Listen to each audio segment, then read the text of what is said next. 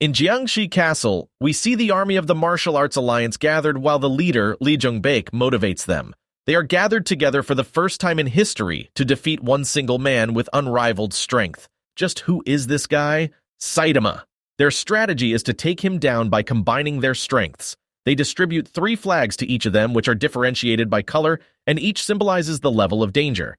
As they are discussing their strategies, a red flag comes charging toward the leader with incredible speed and sticks to the ground near him. It's the flag for the most dangerous poison. We then see the Venom Dragon. Jagong Jin appears with numerous dead bodies behind, ready for the challenge.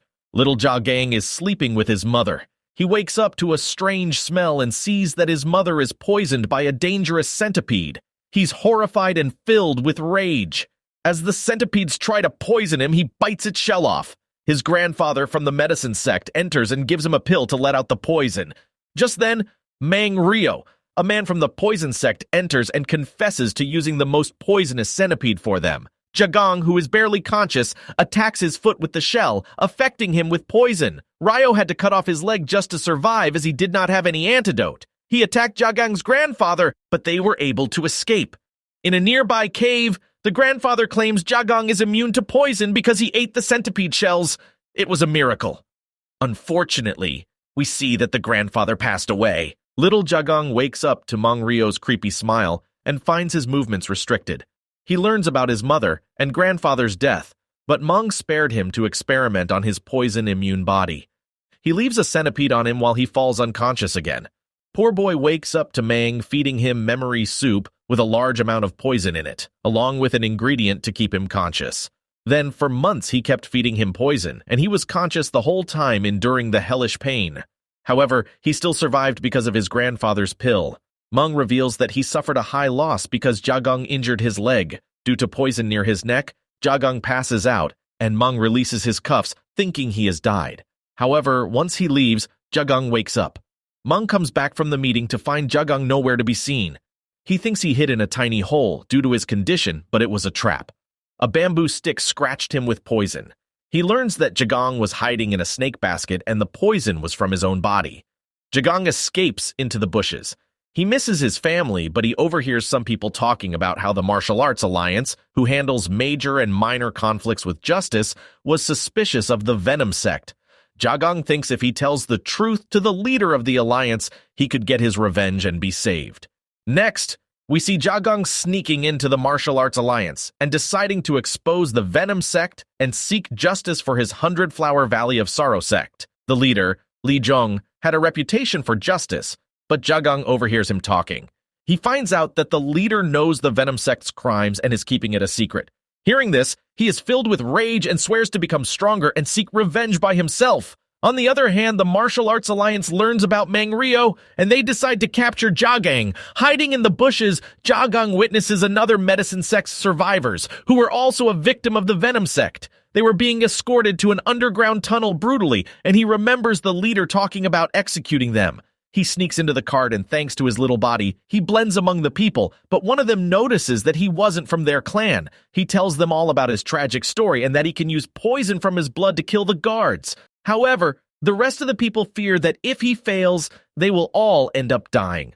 A man named Yong Myung examines his body and finds it odd and decides to trust him, but suddenly, there's an order for them to return. Due to Mangrio's unconsciousness, there's an order to return, but since the path is too narrow, the cart can't turn. They are after Jagong, and they suspect him hiding in the cart among the people and decide to count the people. There were supposed to be 11 in quantity, but they count 12, so they decide to kill everyone. One of them decides to point him out to save himself, but gets slaughtered by a guard. Seeing that, the rest of them charge towards the guards and attack. 2 of the people get killed, but one of the guards is scratched by Jagong's poison. This confuses the boss, and he keeps his distance and throws slashes from his sword to kill them. But suddenly Jagong appears right behind him and attacks on his neck. We see everyone discussing how they'll distract the guard, and Jagong will attack from behind. But Jagong fails to cut his thick skin, and the guard stabs him with his sword. All the people in the cart come charging at the guard, but he kills all of them. Jagong suddenly starts counting, and when he finishes, the guard starts to choke. We find out that Jagong rubbed poison on his sword when it wounded him, and the guard had a bad habit of licking his sword. Yongmyung then delivered the finishing blow. Jagong then wakes up riding on a horse and learns from Yongmyung that all of his clan was killed, and Jagong was the only one who could avenge them by killing the Venom sect. Yongmyung then jumped off the horse after entrusting everything to Jagong. After the Venom sect's strong men fail to capture a little boy, they are given just one final chance to do it again. A few weeks later, we see Jagong in the city in search of information on the Venom sect. He then finds out that there are survivors other than him from his 100-Flower Valley of Sorrow sect, and they are being taken to a mine. Jagong thinks of rescuing them. However, there was a possibility that this could be a trap, and Jagong approached the situation rationally. Next, we see Manhwa eagerly waiting for the mouse, or rather Jagong, to fall for his trap. But will he fall for it? Jagong reaches the mine where the survivors are and sees familiar faces. He sets fire to an old storage as a distraction and sneaks into the mine. Manhwa figures that he caused the fire and comes into the mine to greet him. But he doesn't capture him immediately and waits for the right time. He sees another person sitting beside his boss, the leader of the Poison Valley clan, Baek Damhyang Wijong. He tells them the decision every sect agreed to. Everyone present in the mine has to be killed. However, Mong isn't too happy about Jagong's death.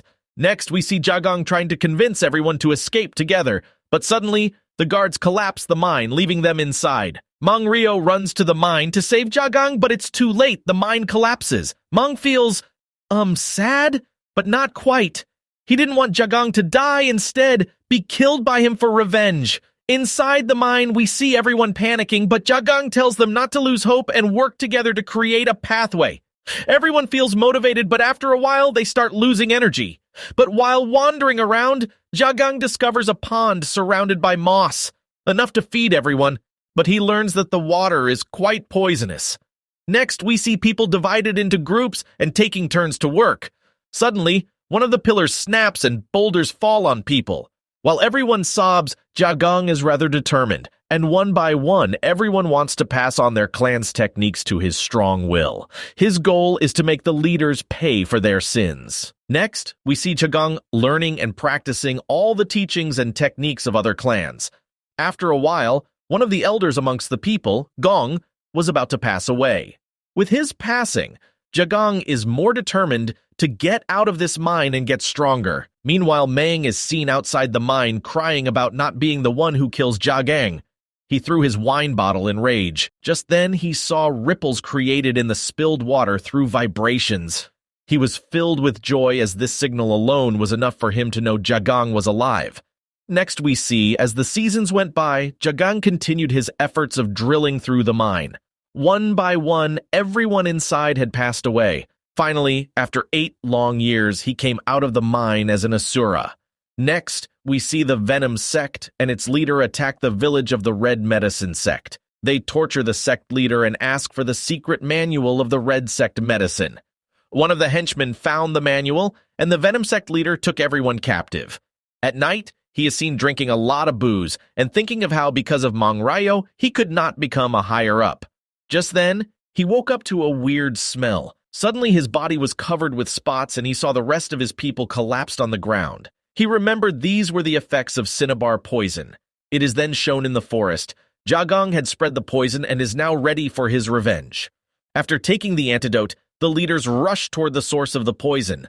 Jagong reveals himself and claims he burned cinnabar poison for his revenge. Seeing him alone, the leaders laughed and planned to take him out. As they strike him, Jagong defended and counterattacked using martial arts. The leader of the Venom sect was surprised and tried to attack him, but his senses had dulled. Jagong revealed he had mixed green tea leaves in the mixture before burning it. They diminished the effect of the antidote. Jagong reminded them who he was, and the leader was shocked. He claimed if there was no heavenly punishment, he will punish the Venom sects. Next, we see Jagong going through the documents of the Venom sect. He finds out that all the different Venom sects had collapsed the mine together. He swore to take revenge on all the sects, even including the leader of the Alliance. Meanwhile, Mong is seen teaching a few students about poison. He is then called by the Alliance. The Lord of the Blue Dragon Longsword sect, Lee Jong-baek, was waiting for Mong. He informs Mong of his sect in Unam, and that it had disappeared in a day. Mong laughs uncontrollably in joy. He understood it was Jagong right away. He requested Lee Jong if he could investigate this matter, and he agreed. Mang is now excited to catch Jagong after his long wait.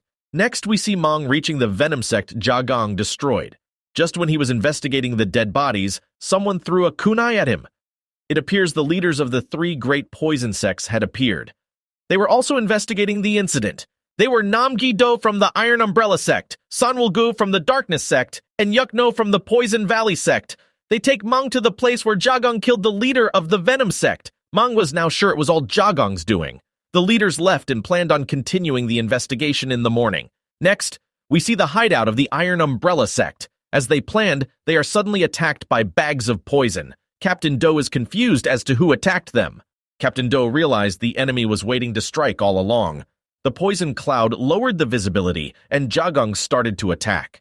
The captain used his attack, fracturing Needle, and even killed his men in the process. Jagong played along as if he was hit, but just then he woke up. He attacked Captain Do with a knife, but he defended the attack. Jagong then threw the needles back. Unable to dodge it due to inhaling the poison, Captain Do was hit and died. Meanwhile, the news of this attack reached the Poison Valley sect. Captain Yuk was then paid a visit by Mang. After asking about his purpose for the visit, Mang said he wanted all of them to die. Hearing this, the captain got angry and his men attacked Mang. Meanwhile, back at the Iron Umbrella sect hideout, the Darkness sect had come to their aid. The leader, Captain Sanwul, thought he had figured out the location of the enemy. However, when he attacked, it was a decoy. Jagong then attacked him with the umbrella, and it sent him flying away. Just then, Sanwul got behind Jagong and tried to attack. Meanwhile, it is shown back at the Poison Valley hideout. Mang had struck and cut off the hand of one of Yuk's men. Many more attack him simultaneously, but he countered them and cut them up. He then closed up on the captain. Captain Yuk instantly backed up and prepared his attack. He rushed in to kill Mang, however, he countered it and killed Yuk in an instant. Mang planned on easing things for Jagong. Meanwhile, we see Jagong battling Sanwul. Sanwul slightly cut Jagong's left hand with a poison blade. Unaware of his being immune to poison, Sanwul tried to use Jagong's hand injury to his advantage. Just then, Jagong stabbed him with his left hand. Sanwul was killed. Jagong was unclear if he should kill the third sect leader as well because he was exhausted. Just then, he saw a killing intent. He then decided to take care of it later. Mang is looking forward to meeting Jagong. Next, it is shown in a flashback that Mang is deciding which sect Jagong will attack first. He correctly figures this out and planned to assist him. It is also shown he killed several innocent people. Meanwhile, Jagong remembers the words of the elder in the mine, Gong, and he plans on training himself for the nasty battles that awaited him in the future. 4 days later, at the headquarters of the Poison Valley sect, the leader Weijong is informed of the situation. Just then, Mang pays a visit to him, despite being unwelcome. Wei attacks him using poison, but it appears it did not affect Mang. Wei acknowledges that Mang had grown stronger. Mang then gains his trust by telling him that he was the one who brought the information. He advises Wei to capture the killer as soon as possible. He even tells Wei that the next target of the killer is the Iron Umbrella sect. Wei then asks him to stay out of their plans. Later, Mang thinks of how he lied about the killer attacking the Iron Umbrella sect. He made things easier for Jagong. Meanwhile, Jagong plans to poison the rice cakes of the Darkness sect. He takes a few days to make the poison. At night, he was about to poison the well. Just then, he realized he had fallen into a trap. He was now surrounded by the whole Darkness sect. Jagong instantly threw a needle toward the sect leader and spread poison fumes. He attacked and defeated 2 soldiers. Just then, the leader attacked him and he was caught. They imprisoned him and now celebrated their victory by feasting on rice cakes. One of the guys brought a rice cake for Jagong, but humiliated him by eating it in front of him. Just then, he started coughing up blood. All the sect members, including the leader, were poisoned. Jagong explained to the dying leader that he had poisoned the wheat of the rice cakes. He left and set the building on fire. The furious leader wanted to kill Jagong. Despite being poisoned, he attacks Jagong. He easily escapes his attack and maintains distance. Using a dead body as a decoy, Jagong impales needles into the leader. After that, he gives him the final blow. Since he was out of poison, he went to the poison storage of the sect and drank the deadliest poison there. This was to replenish the poison made in his body. Meanwhile, the villagers in the nearby area came to the place of the incident. When Jagong came out, he saw their dead bodies. Rushing toward the village, he sees countless civilians slaughtered. Jagong tries to figure out the identity of the person responsible for such cruel acts. and also to figure out why he is framing him.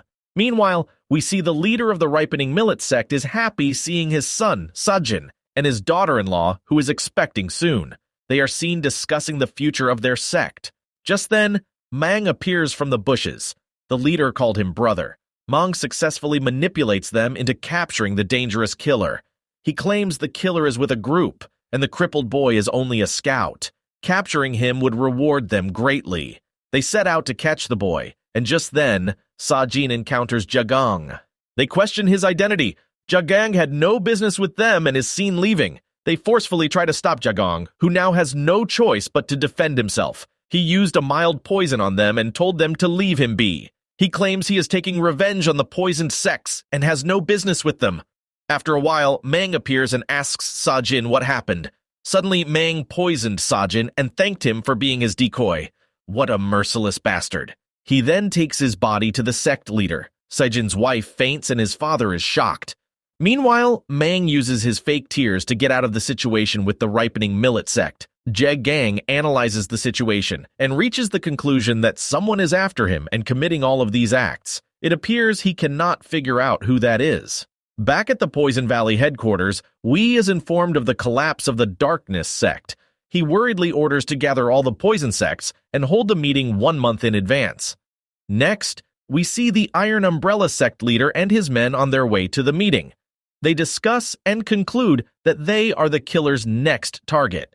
They decide to spend the night at a place. While having dinner, we see that a man doesn't have enough money for the food and asks to work for the place in compensation. This is no other than Jagong. The next day, the leader of the sect was suspicious of Jagong. He tried to question him and provoke him. However, Jagong remained calm and showed no killing intent. After having their meal, the sect members left. Halfway through, slowly each member started coughing up blood. Everyone except the leader was now dead.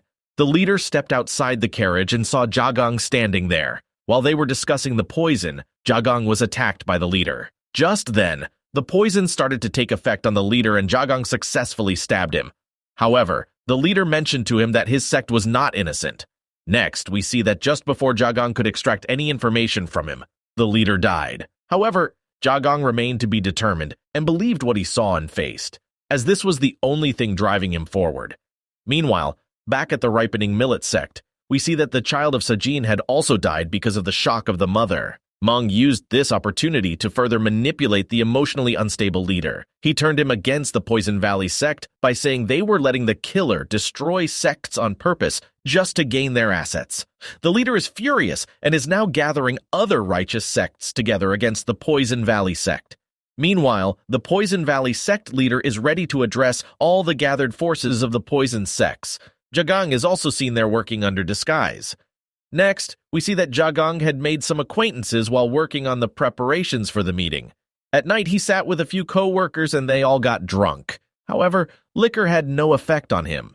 He took one of his co-workers back home and they insisted that he stayed the night. The family mentioned how Jagong reminded them of their son who had passed away. Jagong remembered his past and feels he should not be here. He thinks it will make him weak and that he should forget the past. The meeting now starts. In the meeting, the other sect leaders bring up the rumors of the Poison Valley sect being responsible for the fall of the other sects. Wee clears this up by bringing the corpses of the leaders of the fallen sects. Amongst them was the corpse of his own subordinate, and the way poison was used was not the Poison Valley sect's way. After clearing this up, Wee regains the trust of all the other sects. Meanwhile, Mang finds out about Jagong's plan. Jagong had poisoned the roofs with dangerous snake poison so that when it rained, the poison would spread. In order to give Jagong a tough time, we see that Mang sent a message to Wee. He mentioned the cripple has sneaked inside. Every worker was then called to a meeting with the leader Wee himself. As everyone gathered, it is explained that the leader wanted to reward everyone for their hard work with a cup of liquor. Jagong realized everyone had to walk toward the leader to claim the reward. This was to see everyone walk and identify the crippled. Seeing no escape, Jagong decided to walk in himself, and he now stood face to face with Wee. He then claimed he is there to kill everyone. The leader Wee laughed.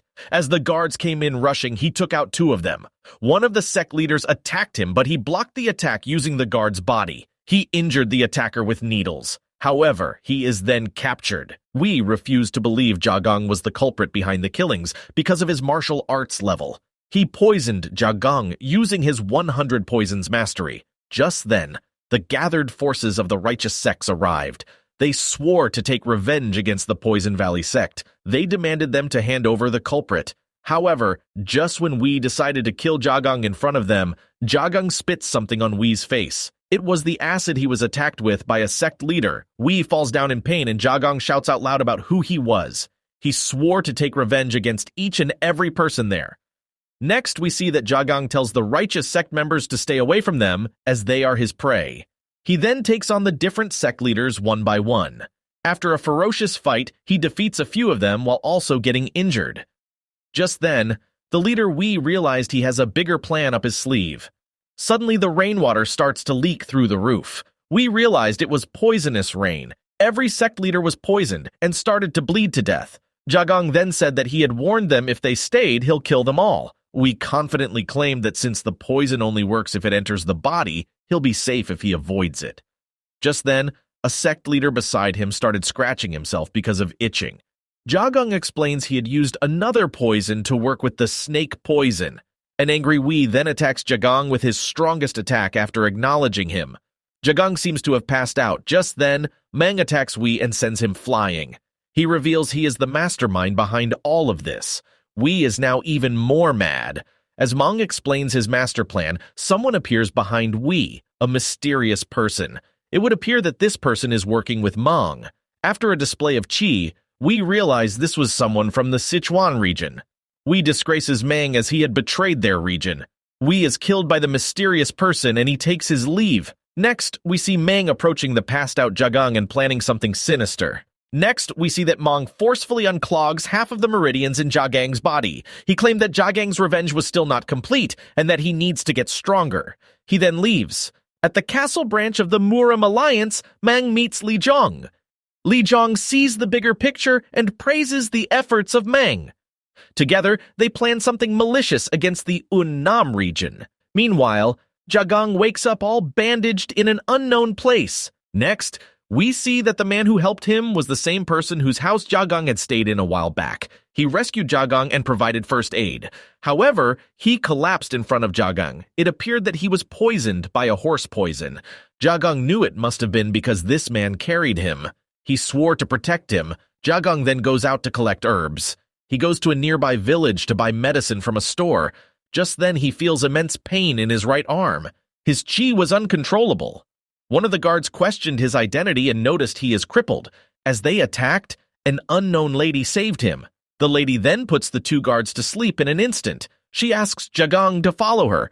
As they talk, it is revealed by her that everyone blames Jagong as the culprit behind Wee's death. She also said the blame was being placed on the lesser sects. After a while, she offers Jagong to join her, and she will train him for his upcoming battles while also using him. Jagong declines and says his revenge is his alone. He tries to attack her, however. Being the head of the lesser sects, she is the most powerful woman general. She easily blocks his attacks. She then grabs him by his head and slams him to the ground. Even then, Jagong refuses to join her. She then spares him, however, and decides to make a contract.